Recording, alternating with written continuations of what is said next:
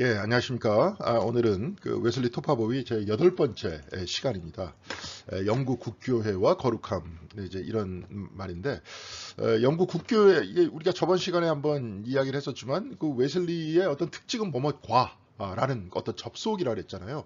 이 사람의 소속은 영국 국교회, 거룩함이라는 것은 곧 경건함을 이야기하는 것인데, 이 경건함에 대해서 강조하는 쪽이 아마 모라비안 쪽이잖아요. 그러니까 영국 국교회와 경건함을 두 가지를 묶었다 하면서 이제 웨슬리의 신학을 지금 이제 설명하려고 하는 것, 그것이 이제 제 8장입니다. 그래서 이제 칭의에서부터 성화까지, 칭의, 중생, 성화까지 어떤 형태의 단계로 가는가, 이것이 이제 죄와 무슨 관계가 있는가. 그러면서 웨슬리가 굉장히 선의 은총이 분명히 존재하지만 사실은 웨슬리는 신학을 그때까지 이게 전통적인 신학을 공부한 사람이기 때문에 어거스틴에 있어서의 어떤 그 원죄론에 대해서 굉장히 강조를 했던 사람이다. 근데 저 같은 사람은 이제 요즘에 창조 영성적 시각으로 웨슬리를 조금 구원하려고 하는 그런 쪽이기 때문에 웨슬리가 아마 어거스틴하고 팔라기우스 그 사이 그 어딘가에 존재하는 사람인데 사실은 이 사람은 그 팔라기우스에 대해서 아주 전문적으로 공부한 사람이 아니고 하나의 어떤 문화라든지 어떤 영국에서의 어떤 기독교 전통 속에 녹아 있는 켈트 영성적인 어떤 그 일부를 자기가 받아들였을 것이다. 그래서 이제 제가 이제 여러분들 앞에 지금 보이는 이 사진이 아이오나 수도원입니다. 네, 켈트 영성의 지금 아주 그 어떤 아주 중심지 역할을 하는 1900년대 초반에 사실은 세워졌어요. 여기가 뭐 오래된 때는 아니고 그러면서 이제 그 어떤 스코틀랜드라든지 아일랜드라든지 본인들이 가지고 있었던 로마 기독교하고는 다른 켈트의 전통들을 굉장히 받아들이면서 그 다음에 이제 또 처치 오브 스코틀랜드, 그러니까 장로교회인데 그쪽하고도 좀 연관이 있고 캐톨릭하고도 연관이 있으면서 이런 수도원을 만들었어요. 그러니까 여러분들 여기 쭉 보시면 여기 이제 보이는데 이게 바다입니다, 바다. 요 뒤쪽에 있는 이 보이는 여기가 이제 멀섬이라는 데예요. 그러니까 영국도 섬이죠, 그죠? 섬에서 멀섬으로 또 들어갔다가 여기서 그 멀섬에서 한 40분 정도 차를 타고 들어오면 그 선착장에 아이오나로 들어오는 아이오나는 굉장히 작은 섬인데 아이오나로 들어오는 그 배를 탈 수 있습니다. 그래서 이제 들어오면 여기가 이제 그 수도원이에요. 그러니까 이 수도원 옆에 사실은 이제 굉장히 오래된 아주 오래된 이제 오래됐는데 사실은 터가 있는데 다시 이제 재건축한 거죠.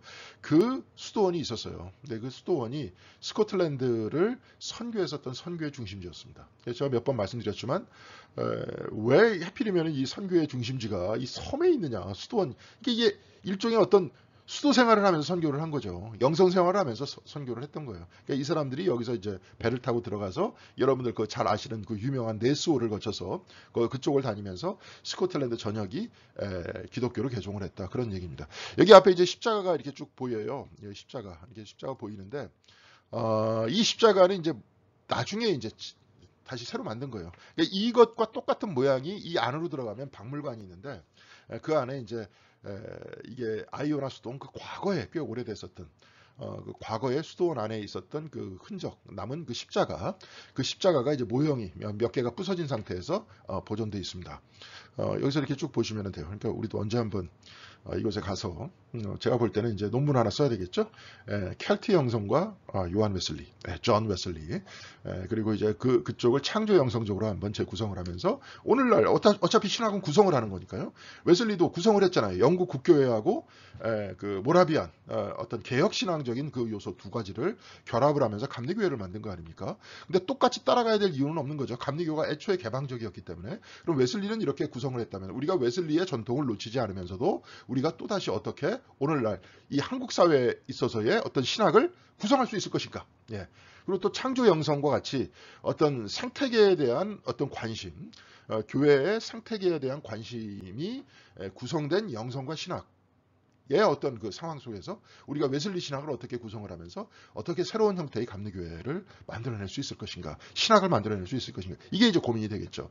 이제 신학자들이 이걸 고민하고 그것들이 이제 일상적인 어떤 영성 훈련으로 나오고 설교로 나오고 이러면 이제 어떤 우리 그 교회 다니시는 교인분들, 성도님들도 거기에 따라 가지고 또 그 영성에 따라서 맞추면서 갈 수 있는 겁니다. 이제 다 이렇게 돼 있는데 하여튼 뭐 그렇습니다. 그래서 영국 국교회의 거룩함 그리고 거기에 저 같은 사람은 좀 덧붙이겠다면 영국 국교회와 거룩함과 켈트 형성, 이런 쪽으로 한번 생각해 보는 것도 좋겠다, 이런 생각을 가졌습니다. 자, 그 웨슬리가 계속 영국 교회와 이렇게 얘기를 했던 거는 뭐냐면 전통 교회와의 연속성 때문에 그렇다. 전통 교회와의 연속성. 그렇죠? 그래서 이 전통 교회라는 건 뭐냐? 사실 웨슬리한테는 성공회죠. 근데 성공회가 교황만 없다 뿐이지 어떤 신학적인 요소들이라든지 거기서 나와 있는 모든 예식이라든지 뭐 어떤 제도라든지 이게 이제 캐톨릭하고 똑같아요. 교황만 없을 뿐이지 뭐 주교도 똑같이 다 있고, 그렇죠? 수도사도 똑같이 있고, 결혼을 하는데 수도사로 결단을 내린 사람들은 결혼 안 합니다. 남자나 여자나 또 여자도 수녀도 있고 똑같아요. 그러니까 이런 전통교회의 연속성이 무엇이 연속성이었냐면은 성서, 설교, 공동기도서, 이걸 가지고 있었다는 거예요. 물론 이제 우리는 당연한 거죠, 그죠? 성서, 그 다음에 그 연속성상에는 설교가 있었다. 여기도 이제 강론이라고 얘기를 하지만 웨슬리 같은 경우에는 설교를 조금 더 강조를 했죠. 여러분들 보면은 강론 같은 경우에 캐톨릭 안에서 이렇게 쭉 보면 굉장히 짧아요. 한 페이지 내지 두 페이지 정도밖에 없습니다. 거의 예식이 우선이 되기 때문에. 근데 웨슬리 여러분들 설교집을 보시면 굉장히 길잖아요. 그러니까 설교를 굉장히 중요시 여겼다. 그리고 공동 기도서, 가지고 있었던 기도문을 같이 낭독했다. 우리도 이제 뭐 여기서도 약간 받아들이면서 우리 교회에서도 뭐 식사 기도할 때 그런 기도문이 있고, 침묵 기도하기 전에 안내하는 기도는 또 그런 식으로 공동적으로 같이 하고 그러지 않습니까? 이제 그런 걸 사용하고 있다고 이제 스스로를 방어했다 이거죠. 왜냐하면 이 스스로를 방어 안 했다는 건 뭐냐면 이 사람이 거리에서 자꾸 설교하면서 그 주변에 장로교인들이라든지 루터교라든지 뭐 이런 청교도에 있는 사람들이 막 모여드니까, 그러면서 그 앞에서 막 설교하고 막 이러니까 쟤는 도대체 소속이 뭐냐? 쟤는 뭐 지금 뭐예요? 성공의 신부라고 얘기하면서도 저거 뭐 하는 행동이 뭐 저래? 이런 식으로 이야기를 하니까 자기는 성서와 설교와 공동기도서를 사용하고 있다 하면서 이제 스스로를 방어했다는 거죠. 근데 이제 이렇게 또 굉장히 개방적으로 여러 교파의 사람들한테 앞에서 설교를 하고 평신도한테도 설교할 기회를 주고, 우리 이 나라 같은 경우에는 뭐 주일날 설교하는 게 아니라 여러분들 인도자들이 인도하시잖아요. 그게 이제 일종의 평신도 설교 하는 것인데요. 근데 이제 문제가 되는 거는 평신도 설교자들한테 이제 설교를 막 맡기고 그랬는데 이 사람들이 성찬까지 이렇게 자꾸 주려고 하는 거였어요. 근데 이것 때문에 갈등이 일어나죠. 그러니까 웨슬리도 개인적인 사적인 자리에서는 평신도도 성찬을 줄 수 있지 않느냐 이제 이렇게 이야기를 했는데, 그런 시각으로 보면 정통교회, 전통교회, 특히 성공회, 특별히 더 큰 데는 캐톨릭, 이런 데는 도저히 받아들이지 못하는 거죠. 캐톨릭에서는 신부가 없으면 미사를 드리지 못합니다. 신부가 있어야 되는 거예요. 그리고 신부가 있는 상태에서 뭐 떡을 줄 때 우리는 뭐 손으로 받든지 뭐 컵으로 받아가지고 뭐 절대로 손 못 대게 합니다. 떡도 입에다 넣어주고, 그리고 이게 포도주 마시는 것도 입에다 넣어줍니다. 뭐든지 다 신부가 처음부터 끝까지 다 집전을 하고 손도 못 대게 만듭니다. 그러니까 그런 전통교회의 시각에서 딱 봤을 때는 무슨 평신도가 어떻게 감히, 죄송합니다, 감이라 그래서 말이 안 되는 거예요. 교회 조직 안에서 성직자가 해야 되는 겁니다. 이제 이런 문제가 있었어요. 막 갈등이 있었는데 웨슬리도 처음에는 아니 뭐 평신도가 줄 수 있지 않냐. 사실은 웨슬리 같은 경우에는 이제 개신교 쪽에 가깝기 때문에, 그렇죠. 성공의 신부라 그래도 이 사람 모라비안들하고 아주 친하게 잘 사귀고 있었잖아요. 그러니까 거기서 발생되는 의미가 중요한 거죠. 그리고 모라비안 한쪽에서는 형제교회라고 성직자가 없는 형태의 평신도 중심의 교회도 있었거든요. 그러니까 그 사람들도 같이 성만찬 하잖아요. 저 사람들 하는데 우리가 뭐라고 우리가 따로 이렇게 드리느냐, 이제 그런 면이 있었다는 거죠. 근데 그랬는데 결국은 웨슬리가 나중에는 이 사람은 계속 밸런스를 맞춘다 그랬잖아요. 결국은 이 안에, 성공의 안에 있기 위해서는, 그리고 성공의 안에서의 감리교회, 감리교가 아니라 감리회, 이런 어떤 운동이 되기를 원했었기 때문에 이 사람 나중에 이제 평신도가 성만찬을 주면 안 된다, 이제 그렇게 이야기를 했던 겁니다. 이렇게 얘기하면서 막 설교하면서 돌아다니고 막 이러다 보니까 교회 안에서는 이제 이게 좀 열광주의자들 아니냐 저거. 너무 뭐 이런 형태로 이제 어떤 광신자들 아니냐, 뭐 이런 식의 지적이 있었다는 거예요. 저도 이제 우리 그 교회 성도님들하고 수요일 날 성경 공부하는데 그 매월 마지막 주는 이제 우리가 그걸 합니다. 영화를 봅니다. 근데 이제 그 중에 하나가 이제 아주 괜찮은 영화가 있죠. 흐르는 강물처럼 괜찮은 영화가 있어서 그 영화도 한번 같이 볼까 이렇게 생각을 하고 있는데, 그 영화 안에서 이제 그런 부분이 나와요. 거기 장로교 목사님들 그 집안, 장로교 목사님들이 아니라 장로교 목사님 집안의 어떤 라이프 스토리에 대해서 이제 기록한 그런 영화인데, 거기서 그 목사님이 그렇게 말씀을 하세요. 감리교인을 보고 글을 읽을 줄 아는 침례교인들이다. 침례교인들은 이제 한마디로 조금 좀 그렇다 이거죠. 예, 그냥 막 그렇다는 거예요. 근데 감리교인들은 그래도 글은 읽을 줄 아는데 그들의 어떤 신앙적 스타일이라든지 모든 것들이 다 장로교인의 어떤 시각으로 볼 때는 굉장히 좀 광신적이다. 이제 이런 식으로 표현했던 거예요. 그러니까 그 미국에서 있었던 그 스토리였는데, 미국에서 있었던 이야기였는데도 불구하고 감리교인들에 대해서 이제 그렇게 생각하고 있었다는 거예요.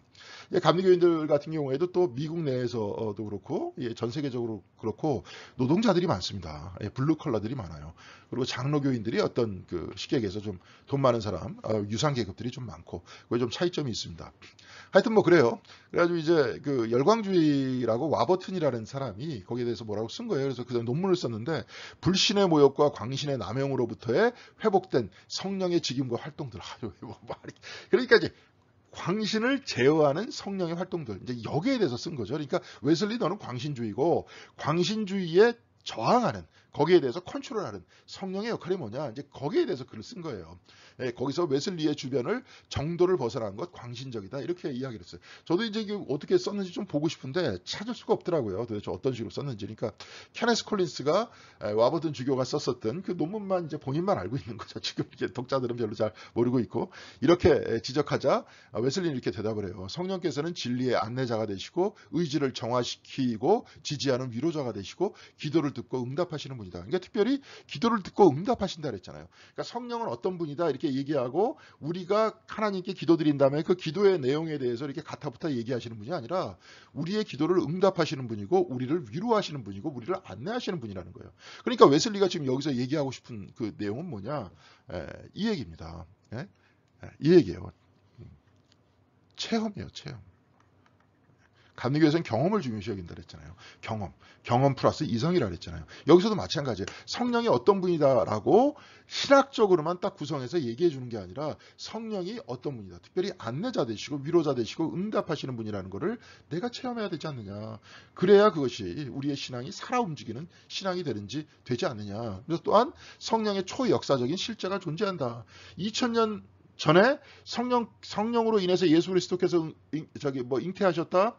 그런 다음에 오순절날 다락방에서 제자들의 머리 위에만 임했다. 그리고 지금은 상관없다. 이런 분이 아니라 그때나 지금이나 동일하게 역사하시는 분이 성령이고, 우리는 그를 체험해서 우리의 안내자 되시고 위로자 되시고 응답하시는 분이다 하는 것을 우리는 체험한다라고 웨슬리가 불신과 모욕과 광신의 남용으로부터 회복된 성령의 직임과 활동들이라는 논문에 대해서 더 긴 논문을 쓰면서 웨슬리가 얘기했다는 겁니다. 그러니까 이 사람이 굉장히 열정적인 사람이었는데, 그냥 열정적인 목사로 끝나는 게 아니라 잘 아시겠지만 교수였잖아요. 또 학자였습니다. 학자이면서도 굉장히 열정적인 사람이었다. 그러니까 이제 이런 식의 공격이 나오면 그 나름대로 거기 방어하고, 또 저쪽에서 너무 또 광신적으로 가는 것 같으면 또 그쪽도 방어하고, 아까도 얘기했지만 평신도 설교자들의 어떤 성찬의 문제가 나오면 거기서도 나름대로 정리를 하고, 이러면서 이제 감리교회가 형성이 됐다는 겁니다. 그래가지고 이제 어떤 그 와버튼 주교와의 어떤 열광주의 문제에 대해서 이제 그 어떤 이렇게 그 논쟁이 있었는데, 제임스 합이라는 사람은 웨슬리가 가르쳤을 때 학생이었대요. 학생이었는데 이 사람은 이제 장로교에 좀 가까운 사람이고, 은총의 절대성들을 주로 이야기하는 사람이에요. 그러니까 웨슬리는 나중에 은총 칭의를 받고, 그쵸, 은총에 의해서 칭의를 받고, 여기서는 이제 그 다음에 우리가 중생의 삶이 된 다음에 우리가 성화를 통해서 점진적으로 우리의 삶이 이제 하나님께로 나아간다. 그래서 이제 나중에 그리스도인의 완전이다 이런 표현을 했는데, 이 완전이라는 게 내가 완벽해진다 이런 얘기가 아니라 하나님을 완전히 사랑한다 이거. 나름대로 하나님 나 이거 주시면 사랑하겠습니다. 예를 들어서 야곱이 하나님 나를 살려주시고 어떻게 해주시면 내가 11조를 어떻게 드리고 이런 얘기 하지 않습니까? 창세기에서 하나님하고 어떤 그럴까요? 딜을 하잖아요. 근데 이런 딜이 아니라 완전히 있는 그대로 하나님을 받아들인다 하는 얘기예요. 예수님께서 하나님을 사랑하고 이웃을 사랑하라 이렇게 말씀하셨으면, 사심이 없는 상태에서 하나님을 사랑하고 이웃을 사랑하는 사람, 바로 그것이 완전한 사랑을 이야기하는 거죠. 그게 곧 그리스도인의 완전인 겁니다. 자, 여하간에 그런 성화를 강조를 했는데, 이 사람은 이제 전가라는 표현을 썼어요. 임퓨테이션이라는 표현을 썼는데, 이게 뭐냐면 그리스도께서 우리의 죄를 전가 받으셨다 그런 얘기예요. 그러니까 한번 그리스도께서 우리의 죄를 이렇게 전가 받으셨기 때문에 여기서 나오는 나오는 거기에 대해서 과도하게 강조하다 보니까 거룩함이 없어도 만족하게 할 수 있고 심지어 자족하게 할 수 있다. 이 뜻은 신학적으로 이제 굉장히 어떤 돌려가면서 쓴 그 이야기고요. 이 얘기는 뭐냐면 이미 예수께서 나에게 모든 것들을 전가해 가셨기 때문에 나는 그 다음부터 죄를 져도 죄를 진 게 아니다. 우리나라에서는 그하고 비슷하게 이제 이야기한 사람이 누굽니까? 예, 구원파. 구원파. 뭐 그런 사람들은 이제 자기네들은 구원 받았으니까 죄를 져도 죄 짓는 게 아니다. 그렇게 얘기하는 거 아니에요. 예. 나도 잘 모르는데 그렇게 얘기한다 그럽니다. 내가 언제 한번 이제 그런 이단에 대해서도 전문적으로 좀 학습을 해야 되겠어요. 그러면서 그 사람들이 얘기하는 게 도대체 뭐냐. 이렇게 이제 한마디로 말도 안 되는 얘기를 하는 사람 이렇게 얘기하면은 나중에 이제 교인들한테 이야기할 때 나름대로 이제 교인들이 잘못 미혹이 됐을 때 이제 거기서 어느 부분에서 미혹이 됐는지 파악하고 거기서 이제 제가 할 수 있지 않습니까? 근데 그냥 그 걔네들하고 이제 말도 섞지 마. 뭐 저저저만 그렇게 계속 얘기를 하면 혹시라도 여러분들이 작업을 당하면 작업을 당했을 때 제가 어떻게 적절하게 응답해 주지 못하기 때문에 그런 거예요. 근데 여하튼 구원파라는 사람들은 그런 사람이라고 그렇게 얘기를 하더라고요. 근데 여기서도 마찬가지예요. 제임스 하비가 임퓨테이션, 전가라는 개념을 너무 강조하다 보니까 결국은 우리가 죄를 져도 죄 짓는 게 아니지 않느냐 이제 이렇게 얘기하니까 웨슬리가 거기에 대해서 이제 문제 제기를 하는 겁니다. 그러면서 이제 그렇게 하면 안 된다. 그러면서 얘기하다가 여러분들 책에 보시면 웨슬리가 지적들을 많이 하다 보니까 이 제임스 합이라는 사람이 이제 몸이 약했나 봐요. 그래서 이제 그 사람이 먼저 죽으면서 그 책은 내가 쓴 논문들은 출판하지 말아라 이렇게 쭉 얘기를 했는데 어떤 좀 문제 많은 설교자가 그걸 출판을 했다. 그래가지고 이제 갈등이 일어났다. 제임스 하비를 뭐 그런 쪽의 어떤 그 신학 사상을 추종하는 사람들과 웨슬리와 갈등이 일어났다. 뭐 그런 얘기입니다. 지금도 마찬가지일 겁니다. 장로교 쪽에서 하나님께서 칭의해 주시면 되지, 은총이면 되지, 뭘 네가 무슨 성화한다고 난리쳐. 근데 쭉 얘기를 하는데 그렇지 않습니다. 근데 요즘에는 이제 그 사람들도 많이 현실적이 됐기 때문에 은총에 있어서의 개념을 실천까지도 이렇게 확산을 시키는 그런 개념입니다. 그 사람들이 이제 은총밖에 없기 때문에 성화라는 것들을 강조하지 않기 때문에 은총을 실천까지도 확산을 시키는 그런 신학을 하더라고요. 우리도 보니까 루터교 그 누구예요? 그저 디트리 보네퍼 목사도 루터교 목사였잖아요. 그런데 그 사람 실천하지 않았습니까? 그러면서 그 뭐예요? 실천하지 않고 그냥 은총만 기대하는 루터의 신앙을 그게 뭡니까? 값싼 은총이라는 표현을 썼어요. 값싼 은총이다. 싸구려 은총이다. 그러면서 실천까지도 포함하는. 그러니까 장로교 계통 안에서도 이제 그런 분들이 있다. 그런 분들이 있는데 그걸 굉장히 체계적으로 잘 설명하신 분이 웨슬리다. 그러니까 우리가 상당히 사실은 저도 제 의지대로 감리교인이 된 것이 아니고 아버지가 감리교인이었기 때문에 감리교인이 됐는데 뭐 그래도 상당히 난 잘 들어온 것 같다. 저하고도 성향이 좀 맞다. 제가 이제 감리교 신학을 또 공부해가지고 또 이렇게 됐을 수도 있겠지만 보니까 그래도 훨씬 더 개방적이고 굉장히 또 이렇게 메이크 센스도 되고 이성적이고 그러면서 영성과도 만날 수 있고 지금 현재 우리가 가지고 있는 뭐뭐 과라 그랬잖아요. 웨슬리는 연접이라 그랬잖아요. 그러니까 이제 다양한 형태의 학문과 대화를 나눌 수 있다. 그러면서 감리교는 굉장히 사실은 우리가 자부심을 가져도 된다. 이제 그런 표현입니다. 자, 아까도 얘기했지만 원죄 교리와 선행 은총 이게 이제 정반대거든요. 그러니까 어거스틴 같은 경우에는 이제 원죄를 통해서 선행 은총 즉 하나님의 형상이라는 거 다 깨졌다. 그러니까 인간 안에는 100% 다 악한 밖에 없는 거예요. 인간 안에는 인간 스스로가 구원을 받을 수가 없어. 받을 수가 없기 때문에 누가 구원해 주셔야 돼요? 하나님께서 구원해 주셔야 돼요. 그러니까 인간이 전적으로 타락했기 때문에 하나님에 의해서 그러니까 우리는 이제 그 매개자 되시는 분, 구속자 되시는 분이 그리스도죠. 그리스도에 의해서 우리가 구원받는 거지. 우리 안에 있는 속성상 우리는 구원받을 수 있는 속성이 없다. 이제 그런 얘기입니다. 그러면 진짜 그 안에 있는 하나님의 형상인 선행 은총이 깨졌느냐? 그게 아니라는 거죠. 웨슬리는 양쪽을 다 쥐고 있는데 제가 볼 때는 이제 원을 그린다면요. 이렇게 원을 이렇게 쭉 그린다면 웨슬리가 몇 퍼센트 정도 이렇게 쭉 원을 그리면 제가 볼 때는 한 이 정도. 이 정도는 원죄 강하고 한 이 정도. 제가 볼 때는 한 3분의 1 정도나 4분의 1 정도가 선행 은총을 강조하지 않았느냐. 왜냐하면 이 선행 은총이라는 것들이 있어야 뭐가 됩니까? 나중에 성화가 돼요. 성화의 길을 걷기 위해서는 뭐가 있어야 돼요? 우리의 하나님의 형상의 어떤 뭐랄까요? 하나님의 형상으로서 하나님의 뜻대로 살아나가려고 하는 근원적 선함이라는 것들이 있어야 성화를 할 거 아닙니까? 근데 100% 인간이 다 죄인이고 그래서 그러면 어떻게 되느냐? 매 순간 하나님의 은총만 계속 받으려고 할 수밖에 없겠죠. 그러니까 웨슬리가 나중에 이제 비판했던 그 내용이 뭐 루터란 그들을 보니까 매주 와서 기도 제목이 똑같더라. 기도하는 내용도 똑같더라. 그럼 못하러 기도하냐 저렇게. 하지 말아야 되는데 하지 말겠다고 이야기하면서 결단하면서 나가야 되는 것들이 뭐가 있어야 돼요? 선행 은총이 좀 있어야 되는 거 아니냐. 근데 이게 다 죄성밖에 없으면 마치 그 배터리 충전하는 것 같지. 처음에 100% 충전이 팍 됐다가 내가 완전히 100% 죄인이니까 팍 충전이 돼갖고 서남 속으로 갔다가 배터리가 다 떨어지면 다시 와가지고 일주일 후에 다시 배터리 충전하고 다시 가갖고 배터리 충전하고 뭐 이런 식으로 이제 돼야 된다는 거 아닙니까? 근데 이제 웨슬리 같은 경우에는 그게 아니라 이렇게 살려고 하는 내부적인 선행 은총이 존재한다. 이제 이런 것들을 얘기하고 있어요. 그러면서도 또 존 테일러와 같은 원죄 교리를 이제 반대하는 사람, 특별히 이제 이 사람은 이 웨슬리 때 이 그 어떤 이슈가 누가 문제였냐면 이신론자들이라 그랬어요. 이신론 이성할 때 이자입니다. 그러니까 이성하고 어떤 종교하고 연결을 시키면서 특별히 이제 이때부터 산업혁명이 일어나기 시작하면서 과학주의가 태동하기 시작할 때였으니까 그것과 다 이제 메이크 센스 되기 위해서 양쪽을 다 결합을 시키면서 우리의 기본적인 어떤 신앙이라는 체계를 과학적 합리주의 안에다가 자꾸 집어넣으려고 했어요. 그러면서 그때까지 이제 이 신론자들에 의해서 이제 어떤 얘기가 나옵니까? 하나님은 한가하시다. 왜? 우주를 만든 다음에 법칙을 그 안에 준 다음에 당신은 빠져 있다. 빠져 있어. 빠져 있고 우주는 그냥 법칙에 따라 돌아간다. 그러니까 한가한 하나님에 대해서 이렇게 이야기합니다. 이런 식의 어떤 이야기하려고 하는 태도는 굉장히 영지주의에 가까운 거죠. 그렇죠? 창조했었던 그 이야기에서 자기는 빠져 있다. 그런 얘기고요. 특별히 이제 우리가 유대 기독교적인 입장 안에서 보면 유대 기독교가 아니라 유대교적인 시각 안에서 보면 하나님께서 굉장히 긍휼하신 분이잖아요. 그렇죠? 특히 예언서 같은 부분을 보면은 그런 부분이 나오지 않습니까?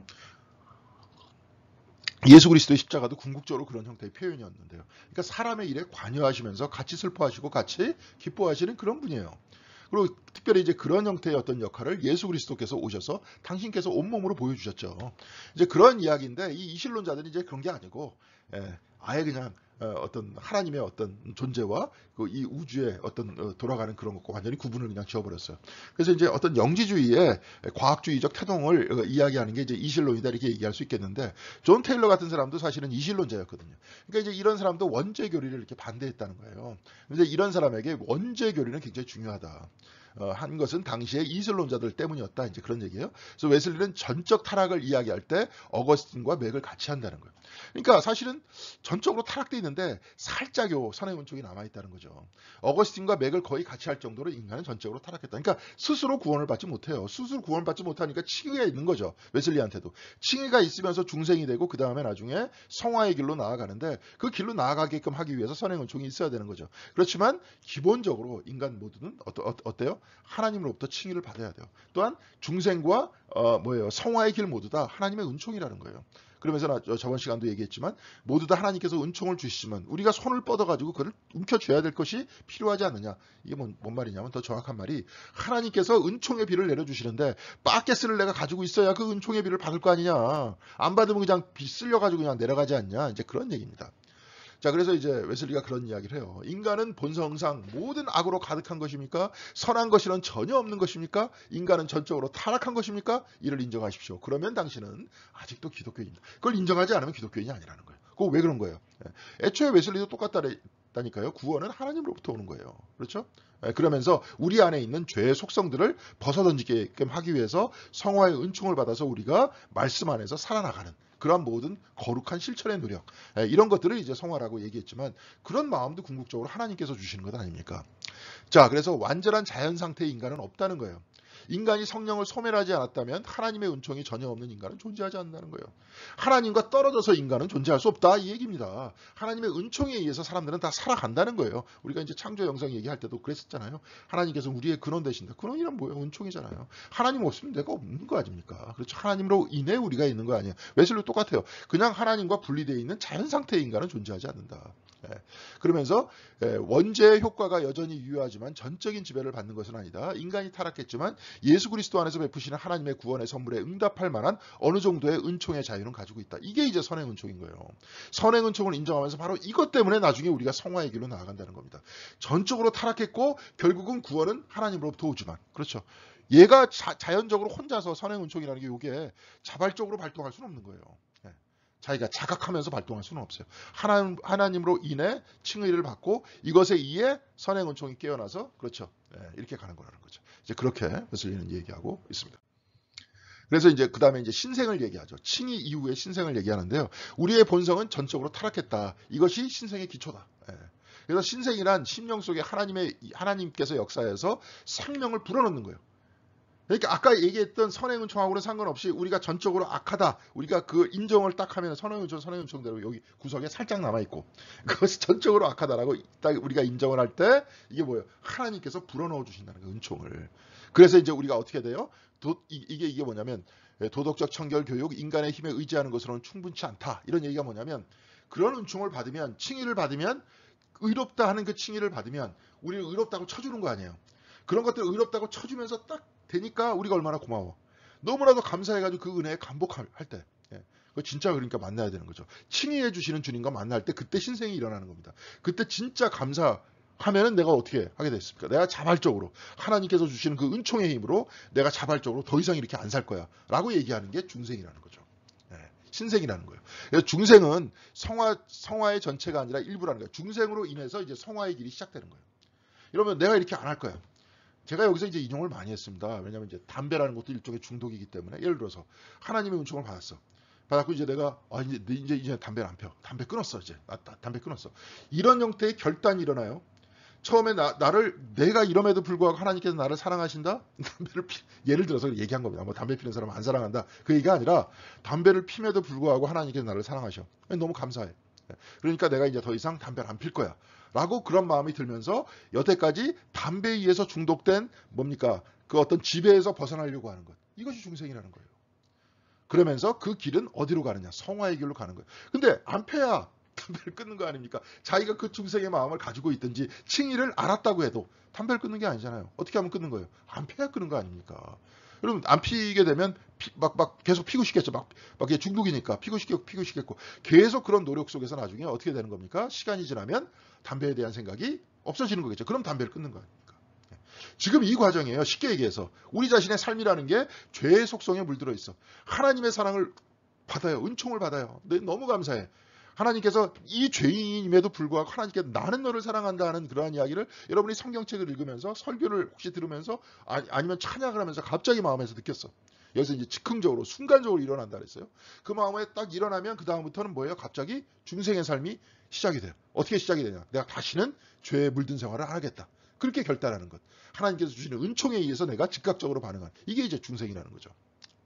그래서 아이가 어느 순간은 아니더라도 이게 중생은 초자연전 역사다. 그러면서 또 순간적이다. 이제 이런 표현들을 씁니다.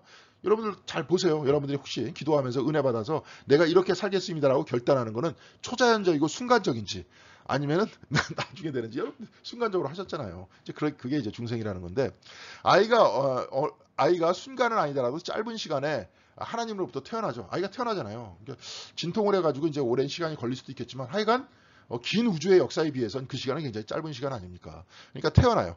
그러나 느린 속도로 점진적 이후 아이는 그리스도의 장성한 분량에 이르기까지 자라가죠. 태어나는 데는 뭐 우리 집사람도 이제 첫애를 낳을 때는 진통이 한 10시간 이상 갔습니다. 아주 오래됐어요. 그러니까 고생을 많이 했습니다. 둘째는 이제 금방 나왔는데 하여간 그래도 10시간 동안 진통이 있었다 그래도 두세 시간 됐을 겁니다. 그 진통이 있었다 그래도 어떻게 되는 겁니까? 그 진통의 시간은 11시간 정도밖에 안 돼요. 12시간밖에. 그 다음에 걔가 아기로 태어나가지고 자라나기까지는. 그래갖고 나중에 장성한 성인이 돼가지고 자기 자신을 이제 완전히 감정을 제어할 수 있을 정도, 욕망을 제어할 수 있을 정도의 사람으로 자라나기까지는 시간이 걸리잖아요. 그래서 이제 성화가 시간이 걸린다는 겁니다. 칭의와 중생은 순간적으로 이루어진다. 근데 성화는 점진적이고 시간이 걸린다. 이런 얘기예요. 그래서 장성한 분량에 이르기까지 자라간다. 이게 성화예요. 그래서 우리가 의롭다함을 받는 그 순간 순간적이고 초자연적이고 혹은 신생, 초자연적 신생이 딱 일어나는 거예요. 그죠? 여러분들 어떻게 됩니까? 하나님 마음으로 이렇게 막 말씀의 은혜를 받았다. 막 그러면은 내가 이렇게 살아야지. 이게 딱 순간적으로 오잖아요. 근데 이제 집에 가가지고 좀 있다 보면은 금방 잊어버리죠, 그죠? 금방 잊어버려. 그러니까 성화는 길게 삶 속에서 긴 호흡을 가지고 이제 계속해 나가야 된다는 겁니다. 그래서 바로 그 순간에 우리는 거듭난 것이며 위로부터 성령으로 난 것입니다. 이제 그런 이야기를 하게 됩니다. 그렇다면 순서는 이제 칭의, 신생, 성화로 기독교적 구원의 삶이 진행되는 것이다. 이제 그런 이야기입니다. 그런 겁니다. 자, 다음에 보면 그래 믿음의 이제 도상에서 만난 여러 가지 이제 그 도전들이 이렇게 있습니다. 이 여러 가지 이제 도전들이 있는데 여기서 이제 어떤 논쟁들이 이제 계속 나오고 그러는 거예요. 장로교인들과도 갈등이 일어나죠. 웨슬리가 아무리 양쪽에서 세계는 나의 교구다 얘기하면서 전통교회와 어떤 그 뭡니까 개혁교회 양쪽을 포괄하면서 거기서 나름대로의 어떤 신학을 구성하려고 했는데 이런 게 일종의 이제 어떤 과거에는 초대교회에서는 이제 이런 신학하면 이제 변증이라는 표현을 썼거든요. 그러면서 이제 신학은 구성해 나가는 거죠. 그렇죠. 그럼 모든 장로교 신학자들 다 똑같습니까? 감리교 신학자들 다 똑같은 게 아니잖아요. 그러니까 요즘에는 누구의 신학 이런 식으로 이제 표현되지 않습니까? 근데 커다란 맥락 안에서는 그 전통 안에 있는 거죠. 예?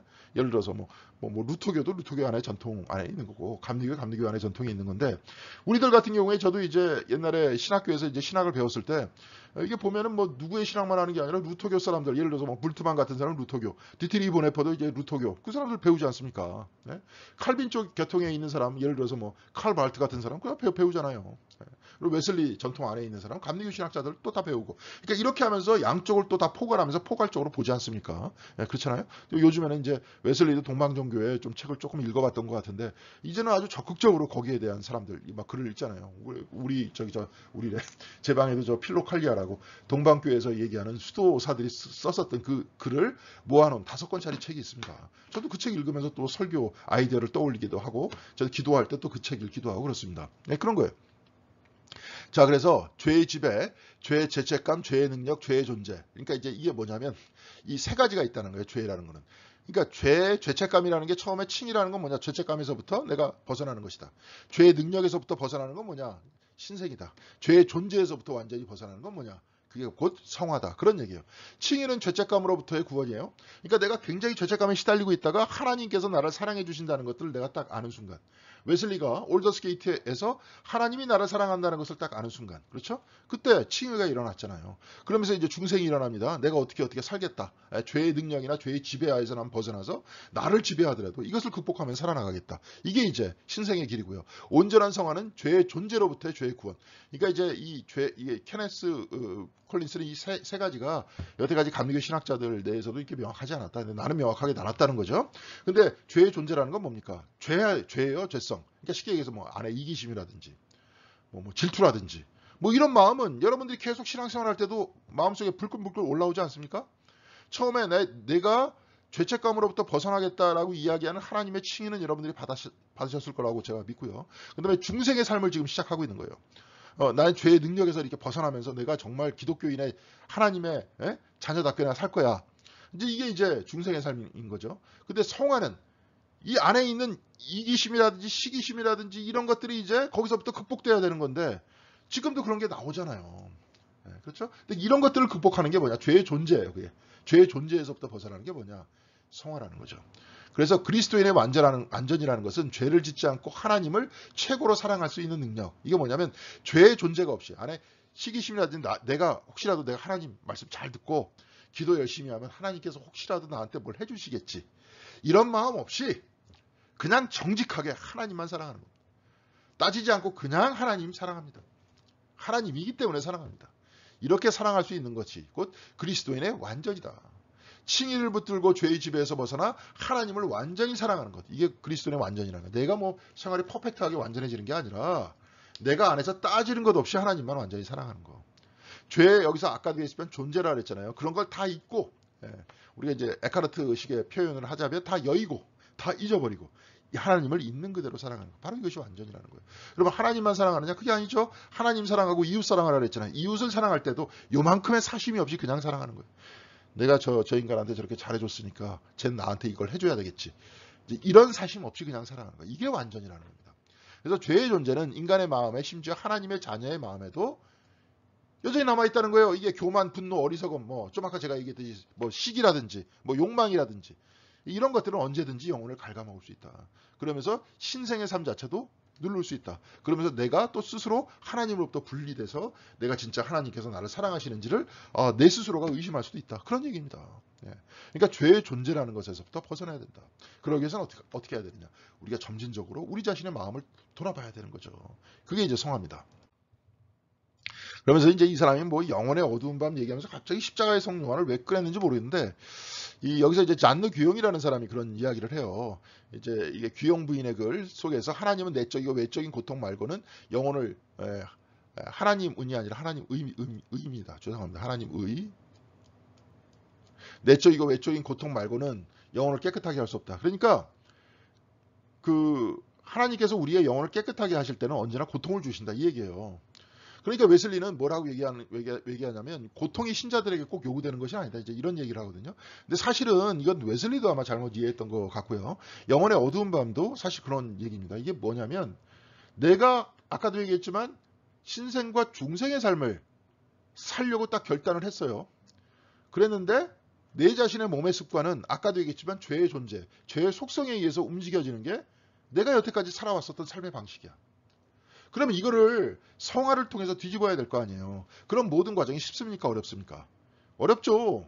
아니 이게 물도 막 이게 여러분 휘졌다가 막 돌려보세요. 막 돌려보다가 딱 놓으면 지가 이게 관성에 따라서 막 가잖아요. 이 몸도 내 관성에 따라서 죄의 속성에 의해서 움직였는데 어느 한순간에 내가 하나님 앞에서 결단하면서 중생의 결단을 했다 이거예요.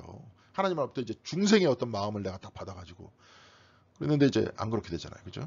뭐 옛날에 누가 이렇게 막 비판을 했습니다. 기도원에서 밤새동안 막 그냥 기도한 다음에 막 은혜 받았다 이렇게 얘기하는데 기도원에서 이제 내려오는 버스를 탈 때는 서로 앉으려고 그냥 서로 자리 나면 앉으려고 맨날 그냥 사랑하겠습니다, 양보하겠습니다, 막 이런 얘기를 하다가 정작 그 순간이 딱 되면 똑같이 그러죠. 그 왜 그러는 거예요? 죄의 속성이 남아있기 때문에 그런 거 아닙니까? 이기적인 욕망이 남아있기 때문에 그런 얘기예요. 그런 모든 이야기를 극복해 나가는 것. 그 이야기를 밤이라 그랬던 거예요. 그 이야기를 고통이라 그랬던 겁니다. 그렇게 얘기했던 거지. 그 웨슬리는 이제 이렇게 이 어떤 고통이라는 게 마치 어떤 신비적인 고통 뭐 이렇게 이해했던 것 같은데 그게 아니에요. 여기서 이 사람들이 얘기하는 게. 그래서 뭐 영혼의 어두운 밤 정화와 무욕의 영적 여정이라는 여정과는 다르다고 이렇게 주장하는데 제가 이렇게 썼어요. 십자가 성 요한에 말하는 밤이란 인간적 습성과 반대되는 하나님의 은총에 적응하는 과정이다. 여러분 맨날 나만 사랑하다가 네 이웃을 내 몸과 같이 네 몸과 같이 사랑해라. 이게 갑자기 됩니까 이게? 안 되잖아요. 자 그래서 이제 완전한 사랑 완전한 성화 이렇게 보겠습니다. 이게 긍정적인 면은 성령께서는 완전한 사랑의 거룩한 성정이 인간의 마음에 자라나게 하신다는 거예요. 네. 긍정적인 면은. 그런데 부정적인 면 이게 똑같아요. 거룩한 사랑뿐만 아니라 육체의 본성을 죽여 철저하게 잘라내는 것, 거룩하지 못한 성정과 애착을 끊어내야 하는 것. 바로 이거 정확하게 십자가의 성 요한이 말하는 영혼의 어두운 밤 얘기하는 거예요. 그래서 감각의 밤을 그 사람은 단계별로 나눴죠. 감각의 밤을 나눠야 된다. 그러면서 영혼에서 내가 영혼 안에서도 집착하는 게 있다. 그것도 다 끊어내야 된다. 그래서 하나님이니까 있는 그대로 하나님을 받아들여야 된다. 이게 영혼의 어두운 밤 안에서 하나님 안에서 하나님과 사귐을 갖는 바로 이런 얘기예요. 이 웨슬리는 이것을 바로 죽음이라고 이야기하는 거예요. 죽음 여기 이 사람은 밤이라고 얘기했던 거고요. 바울은 이를 매일 죽는다고 해석했고요. 보네퍼는 그리스도는 와서 죽으라고 하신다. 이런 이야기를 썼다. 이 얘기입니다. 그래서 케네스 콜린스는 동방전통교회에 관해 웨슬리가 영향을 받은 것은 크지 않다 이렇게 얘기합니다. 여기 한번 쭉 읽어보세요. 이게 길지 않은 얘기인데 그러면서 이제 말하는데 그 사람들은 뭐냐면 구원받는다. 우리는 구원받는다. 이렇게 얘기하는데 그 사람은 신화, 테오시스라는 표현을 씁니다. 왜 구원을 받느냐? 삼위 안으로 하나님께서 우리를 끌어당기신다는 거예요. 그렇죠? 그래서 우리가 세상적 인간이 되는 것이 아니라 구원받는다. 구원을 신화라는 표현을 썼는데 이게 이제 서방교회 안에서는 이렇게 쓰지 않기 때문에 성화로 표현됐다. 이 이야기, 신화로 가는 모든 과정을 성화로 표현했다는 것이 웨슬리 신학의 이야기고요. 그 중에서 특별히 이제 마카리우스에 관해서 아주 짧게 인용한 부분이 있는데 뭐 이렇게 짧게 인용한 걸 가지고 그냥 막 요즘 신학자들은 자꾸 웨슬리와 동방정교회 막 이렇게 얘기를 한다는데 이 사람은 이제 철저하게 이렇게 반대하고 있더라고요. 근데 반대하는데 웨슬리가 뭐 그렇다 그런 얘기가 아니고 지금 오늘 동방교회를 우리가 읽으면서 동방교회가 가지고 있는 수도적 전통이에요. 그 사람 굉장히 수도적이거든요. 수도적 전통을 우리가 어떻게 우리의 삶 속에 끌어들이면서 영성생활을 할 거냐. 이렇게 얘기할 때 웨슬리의 이 점 자체는 성화라든지 뭐 특별히 마카레우스에 관한 이용은 은총이 임할 때에도 여전히 죄를 지을 수 있다. 그렇기 때문에 우리는 계속 뭐예요? 성화의 길로 나아가야 된다. 점진적으로 그 길로 나아가야 된다. 그러면서 끊임없이 나를 극복하면서 나를 죽여야 된다. 이런 이야기 정도는 받아들였다. 우리가 또 이런 이야기를 웨슬리가 했기 때문에 동방교회 전통 안에서 수도적 전통을 우리가 받아들일 수 있다. 이제 이렇게 얘기하는 데 있어서는 이제 문제가 없죠. 근데 이 케네스 콜린스 얘기도 근데 그런 정도는 자기도 받아들이는데 웨슬리가 이렇기 때문에 동방교회에서 지대한 영향을 받았다. 뭐 이런 얘기는 나도 동의할 수 없다. 이제 그런 얘기입니다. 그래 대륙의 개신교인들과 경건주의자들이 종교개혁으로부터 유산을 받은 오직 은총은 웨슬리에게 흘러들어가 그리스도인의 완전 사상, 그리스도의 완전 사상, 하나님을 완전하게 사랑한다는 거잖아요. 죄의 속성 속에서 내가 뭐 이렇게 속에서 이렇게 감추는 것 없이 있는 그대로 사랑한다. 예. 이런 이야기들을 은총을 받아들이면서 성화까지 연장을 시켰다는 거예요. 그러면서 이 성화의 어떤 그 부분은 동방교회 테오시스라는 표현, 신화라는 표현을 성화로 바꿔가지고 그 다음에 완전이라는 형태로 이제 나아갔다. 그런 이야기입니다. 그래서 그리스도인의 완전 개념 안에 이거 뭐예요? 의미를 모르겠습니다. 나중에 하겠습니다. 의미를 견제했다. 이게 중생의 순산성이 아니라 순간성이구나. 죄송합니다. 순간성. 자 이거 다 본다 그러면서 봤는데 순간성입니다. 순간성의 의미를 견제했다. 그러니까 중생과 칭의의 개념은 순간적이라는 거예요. 계속 순간순간에만 우리가 매여 있을 수는 없다. 우리 스스로가 점진적으로 바뀌면서 안에 있는 죄의 속성 안에서 하나님을 사랑하는 것이 아니라 이것을 다 여의고 잊고 하나님을 있는 그대로 받아들이고 이웃을 있는 그대로 사랑한다. 뭐 이런 그 의미를 견제했다는 거예요. 그래서 중생의 순간성에서 성화로 이전되는 과정이었다. 무슨 말씀인지 아시겠어요? 중생이 성화의 입구라고 했잖아요. 그러니까 그 중생까지도 순간적으로 오지만 성화는 점진적이다. 이런 얘기예요. 그래서 우리가 믿음으로 의롭다 칭함을 받듯이 우리가 믿음으로 거룩하게 됩니다. 그렇죠. 우리는 의롭다함을 받고 끝나는 게 아니라 우리의 삶도 거룩해져야 된다는 거예요. 그게 더 마찬가지잖아요. 사실은 웨슬리 신학이 오늘 우리 시대 때 요청되는 거 아닙니까? 우리가 그냥 맨날 교회 와서 그냥 죄인입니다. 서로 이제 잘 대하는 그런 게 아니라 일상의 삶 속에서도 우리가 어떻게 돼야 돼요? 거룩해져야 되고 우리 일상의 삶 속에서도 사랑해야 되고 이제 그런 얘기입니다. 그래서 믿음이 칭의의 조건이듯이 성화의 유일한 조건입니다. 뭐가 필요하냐? 믿음이라는 거예요. 똑같아요. 그러니까 여기서 믿음과 치기와 중생까지 대부분 있는데 웨슬리는 성화를 붙여놨다. 성화를 붙여놓은 이유는 뭐냐면 그리스도의 완전을 얘기하는 것인데 완전이라는 것은 우리 생활이 완전하다는 뜻이 아니라 하나님을 완전하게 사랑하고 이웃을 완전하게 사랑한다 하는 의미에서 완전이다 하는 것을 우리가 염두에 두면 좋을 것 같습니다. 예, 수고하셨습니다. 그리고 다음 주에는 제가 베트남을 가기 때문에 다음 주에는 또 한 주 이렇게 쉬게 될 것 같습니다. 여러분들 수고하셨습니다. 그러면 다 다음 주에 뵙도록 하겠습니다. 감사합니다.